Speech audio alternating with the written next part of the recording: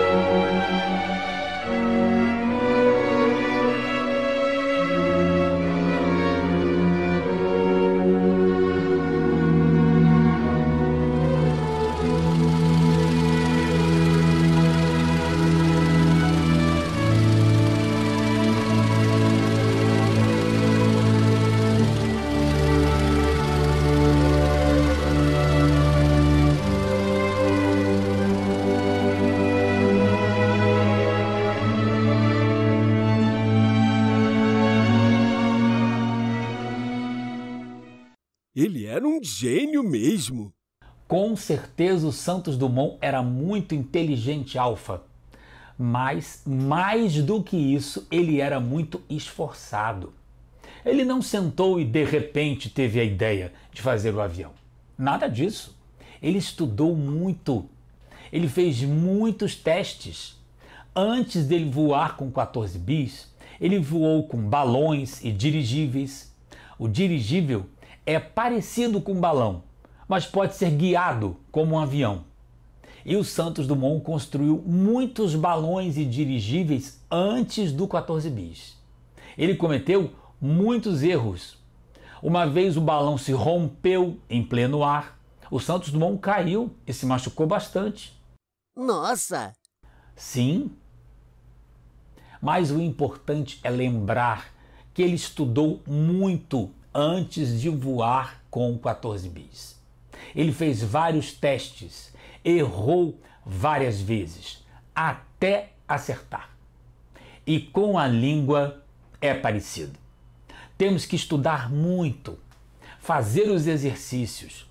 Muitas vezes a gente não acerta de primeira, mas depois aprende com o erro e acerta. Bom, para seguir a estratégia do Santos Dumont, nada melhor do que começar corrigindo o dever de casa.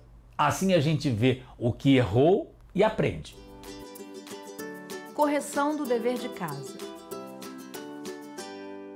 Vocês tinham que fazer dois exercícios, o 11 e o 18. Vamos começar pelo 11.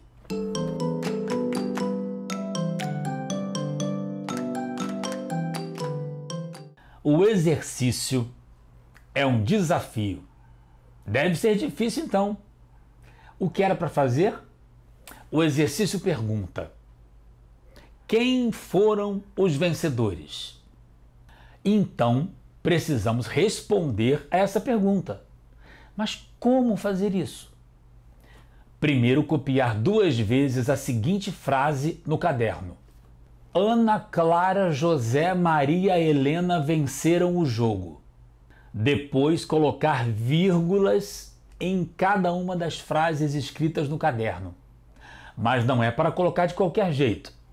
Tem que escrever as vírgulas de um jeito que na primeira frase o jogo tenha 5 vencedores. Frase 1. Ana, Clara, José, Maria, Helena venceram o jogo. 5 vencedores. Na segunda frase tem que colocar as vírgulas de outro jeito, para mostrar que o jogo teve 3 vencedores. Ana Clara, José Maria, Helena venceram o jogo. 3 vencedores. É um desafio mesmo. Como é que faz? Beto, você conseguiu vencer o desafio? Mostre para a turma como você fez. Ana, Clara, José, Maria, Helena venceram o jogo. 5 vencedores. Ana Clara, José Maria, Helena venceram o jogo. 3 vencedores. Vejam só que interessante. Para mudar o número de vencedores de cada frase, o Beto colocou as vírgulas em lugares diferentes e mudou os nomes dos vencedores. Na primeira frase, por exemplo, entre as vencedoras estavam Ana e Clara, 2 pessoas diferentes, e os nomes estavam separados por vírgula. Na segunda frase, o Beto juntou os nomes da Ana e da Clara e virou Ana Clara, uma pessoa só. Ele fez o mesmo com os demais nomes. Que boa ideia, Beto! Estou vendo que você leu atentamente as frases. Eu li várias vezes mesmo. Aí uma hora deu um clique e eu entendi como fazer. É assim mesmo, Beto. Tem que ler e reler até entender, até dar o clique. Vamos olhar cada uma das frases que o Beto formou mais de perto. Ele indicou o número de vencedores correto em cada frase. Na primeira frase, Ana 1, Clara 2, José 3, Maria 4, Helena 5. 5 vencedores. Na segunda, Ana Clara 1, José Maria 2, Helena 3.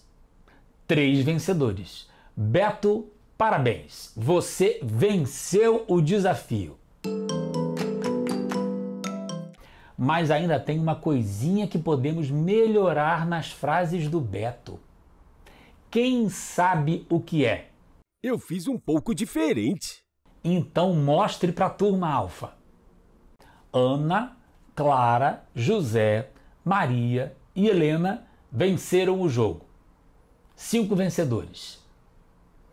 Ana Clara, José Maria e Helena venceram o jogo. 3 vencedores. Vamos ver. Na primeira frase, Ana 1, Clara 2, José 3, Maria 4 e Helena 5. Está certo também. 5 vencedores. Na segunda, Ana Clara 1, José Maria 2 e Helena 3. 3 vencedores. Parabéns, Alfa! Você também venceu o desafio.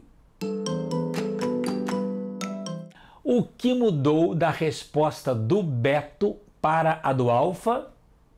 Vamos ver? Frase 1. 5 vencedores. Resposta do Beto.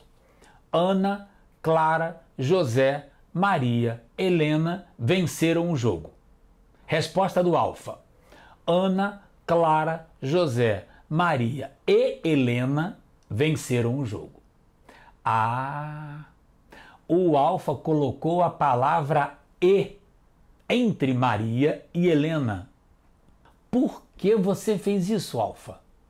A gente viu isso na última aula. No fim das frases que tem uma lista de coisas, sempre vai o e. Isso mesmo. Os itens da lista são separados por vírgulas, mas, em geral, o último item da lista é separado dos demais por e. É também um jeito de mostrar que a lista acabou. Vamos ver a outra frase, com 3 vencedores. Frase 1. 3 vencedores. Resposta do Beto. Ana Clara, José Maria, Helena venceram o jogo. Resposta do Alfa. Ana Clara, José Maria, e Helena venceram o jogo. É a mesma coisa. Antes do último nome da lista, o Alfa usou o E. É bom fazer isso mesmo. Como eu disse, assim fica claro qual é o último nome da lista. Vamos encerrar o dever de casa corrigindo o exercício 18.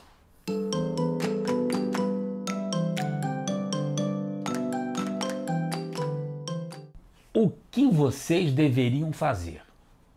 Primeiro, ler o texto que está no quadro roxo. Ele é um trecho do texto que ensina a jogar chicote, que está no começo da lição 4. Vamos ler juntos? O jogo começa quando o cabeça do chicote sai de sua casa para apanhar os outros jogadores. Cada vez que pega um jogador, este faz parte do chicote, segurando a mão do último jogador pego. É muito divertido jogar chicote. Quem aqui já jogou? Eu! Quem ainda não jogou, jogue. Não precisa de nenhum brinquedo.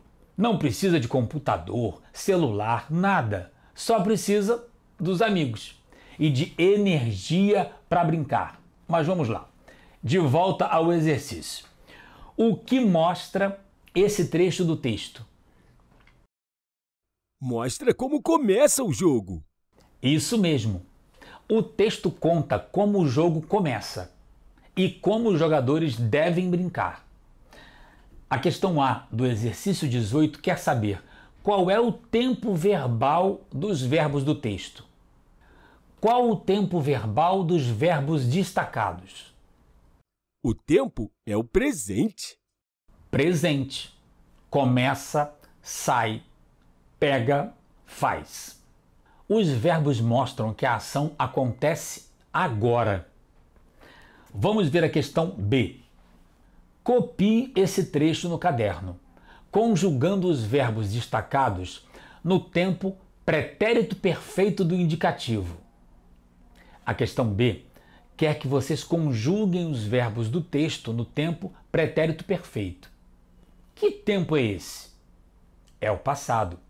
Pretérito é passado. E perfeito porque a ação já se encerrou. Alfa, mostre para a turma como você fez.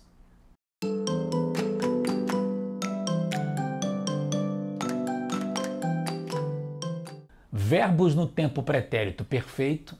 O jogo começou quando o cabeça do chicote saiu de sua casa para apanhar os outros jogadores. Cada vez que pegou um jogador, este fez parte do chicote, segurando a mão do último jogador pego. Vejam lá. O Alfa escreveu os verbos no passado em azul. Começou, saiu, pegou, fez. Todos os verbos estão no tempo pretérito perfeito. Vamos comparar os verbos no presente e no passado? Presente. Começa, sai, pega, faz. Passado. Começou, saiu, pegou, fez. Vamos olhar de novo para o texto que o Alfa escreveu, com os verbos no passado. O jogo começou quando o cabeça do chicote saiu de sua casa para apanhar os outros jogadores. Cada vez que pegou um jogador, este fez parte do chicote, segurando a mão do último jogador pego. A questão C do exercício quer saber mais uma coisa. Agora o texto parece uma explicação ou uma história? Esse trecho do texto parece uma explicação? Ou parece que estamos contando uma história? Acho que parece que está contando uma história que já aconteceu. O trecho do texto parece contar uma história que já aconteceu. As ações estão no passado, já aconteceram e já terminaram. E a frase que está no livro com os verbos no presente? Parece uma explicação ou uma história que aconteceu? Acho que parece mais uma explicação. Parece a instrução do jogo. Parece a instrução do jogo. E por que é mais adequado escrever a instrução do jogo assim, com o verbo no presente? Porque a instrução diz como jogar agora. Isso, porque a instrução mostra o que é para fazer agora. Vamos fazer um teste? Vamos escrever algumas frases do texto usando o verbo no imperativo. Comece o jogo. Saia de casa para apanhar outros jogadores. Comece, saia. São os verbos que estão no imperativo. Em que tempo os verbos do imperativo sempre estão? No presente. A gente só dá ordem ou instrução no presente. A gente aprendeu isso já. É isso mesmo. As instruções ficam mais claras com o verbo no presente. Vocês já estão craques em chicote? É, chicote, a brincadeira que o livro ensina a fazer.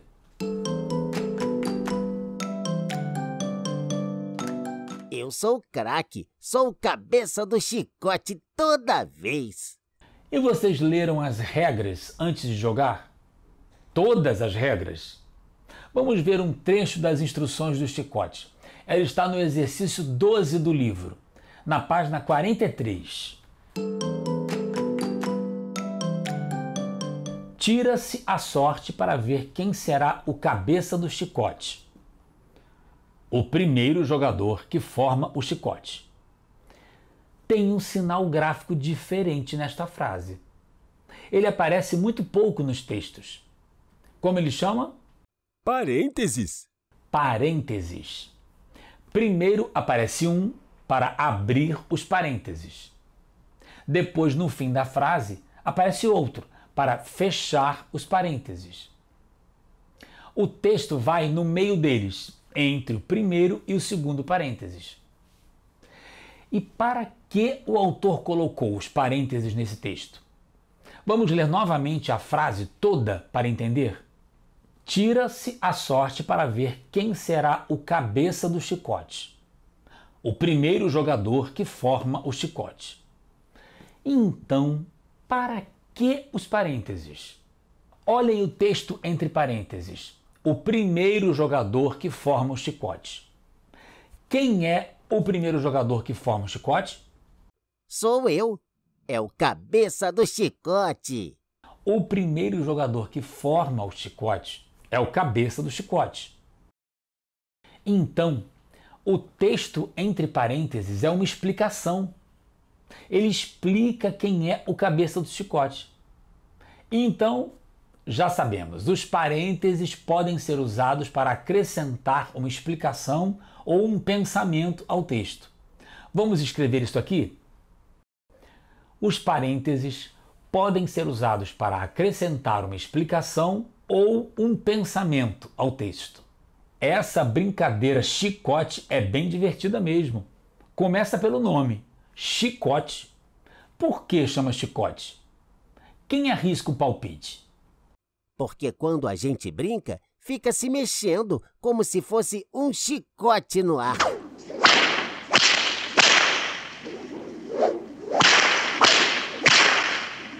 A ideia é essa mesmo. Um chicote se movendo no ar, fazendo aquele movimento sinuoso, como se fosse uma cobra se movendo em zigue-zague pelo chão. Além de chicote, tem outras palavras curiosas na brincadeira. O cabeça do chicote, que acabamos de ver no exercício anterior. E tem também a casa, vocês repararam? Deem uma olhada no texto do exercício 13 da página 43.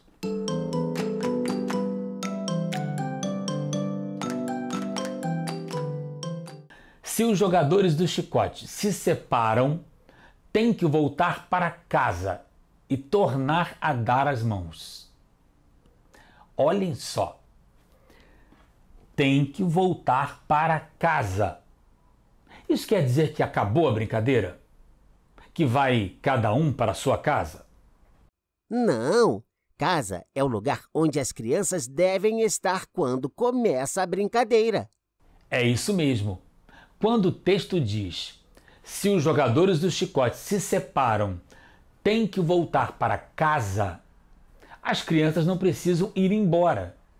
Elas só voltam para o lugar onde estavam para recomeçar a brincadeira. Agora, por que casa está entre aspas? Porque essa casa da frase, entre aspas, é o lugar do jogo. Não é a casa onde as crianças moram. Por isso colocamos essa casa entre as aspas, uma antes e uma depois, para mostrar que essa casa tem um sentido um pouco diferente daquele que conhecemos. Querem ver a diferença? Se os jogadores do chicote se separam, tem que voltar para casa e tornar a dar as mãos. Se os jogadores do chicote se separam, tem que voltar para casa e tornar a dar as mãos. Na primeira frase, casa não tem aspas. Na segunda, casa tem aspas. Quando não usamos as aspas, casa tem um sentido que todo mundo conhece, com o qual estamos acostumados. É o lugar onde moramos. E na segunda frase, quando casa aparece entre aspas, é diferente. Aí a palavra se refere ao lugar do jogo chicote. O jogo pegou emprestada a palavra casa, mas o sentido é diferente. Então vamos ver. Tem que voltar para casa. Casa sem aspas é onde cada criança mora. Tem que voltar para casa. Casa com aspas é um lugar da brincadeira chicote. Só usamos as aspas para falar da casa do chicote? Claro que não. Usamos as aspas de jeito parecido muitas outras vezes. E para que mesmo? Para indicar no texto que uma palavra é usada com um sentido diferente daquele que conhecemos. No dever de casa, vocês vão conhecer um pouco mais sobre as aspas.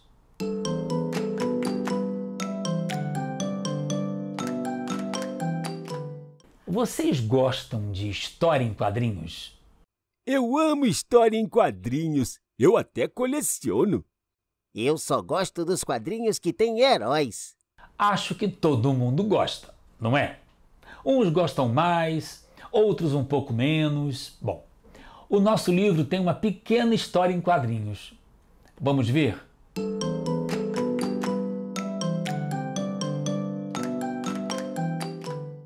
Mas é muito pequena essa história. Sim, eu falei que é pequena mesmo, mas ela conta uma história. Esta é a Ana, diz a menina de rosa no primeiro quadrinho. E para quem a menina de rosa está apontando? Para outra menina, a de vermelho. E no segundo quadrinho?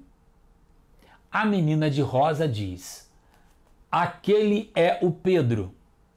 Desta vez a menina de rosa aponta para o menino. Quem está perto e quem está longe da menina de rosa? A menina de vermelho está perto. O menino está longe. A menina de vermelho está perto da menina de rosa. E o menino está longe da menina de rosa. Que palavra a menina de rosa usa para se referir à menina de vermelho que está perto dela?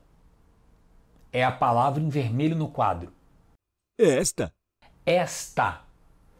A menina de rosa fala: esta é a Ana.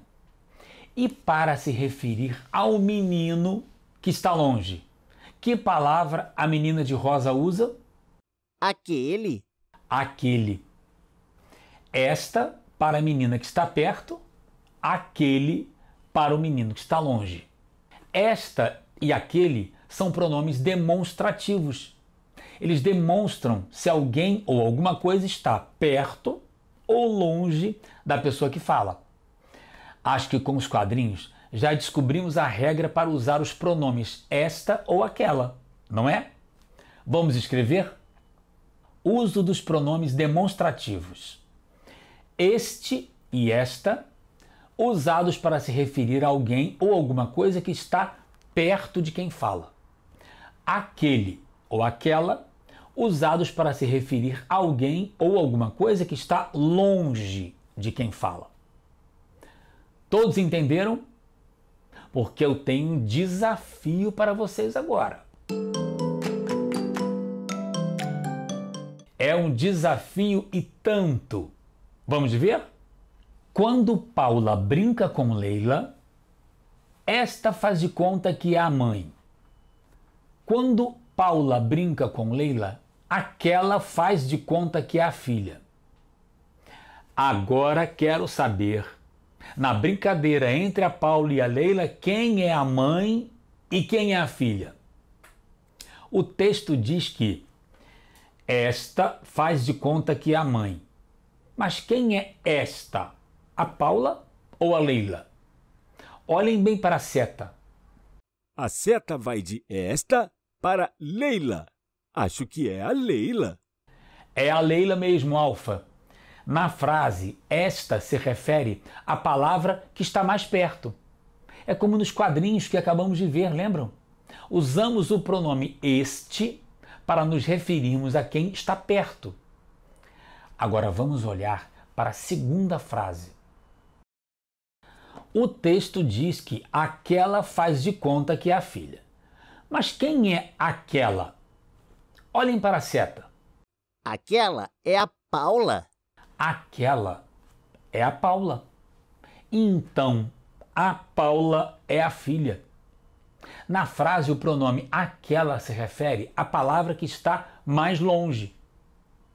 De novo, é como no exemplo dos quadrinhos. Este se refere ao que está perto, aquele ao que está longe. Resumo da aula. Puxa, aprendemos tanto hoje. Começamos a aula com o Alfa contando o que aprendeu vendo um filme sobre os Santos Dumont e a invenção do avião. Na parte de correto da aula, aprendemos a usar melhor os parênteses.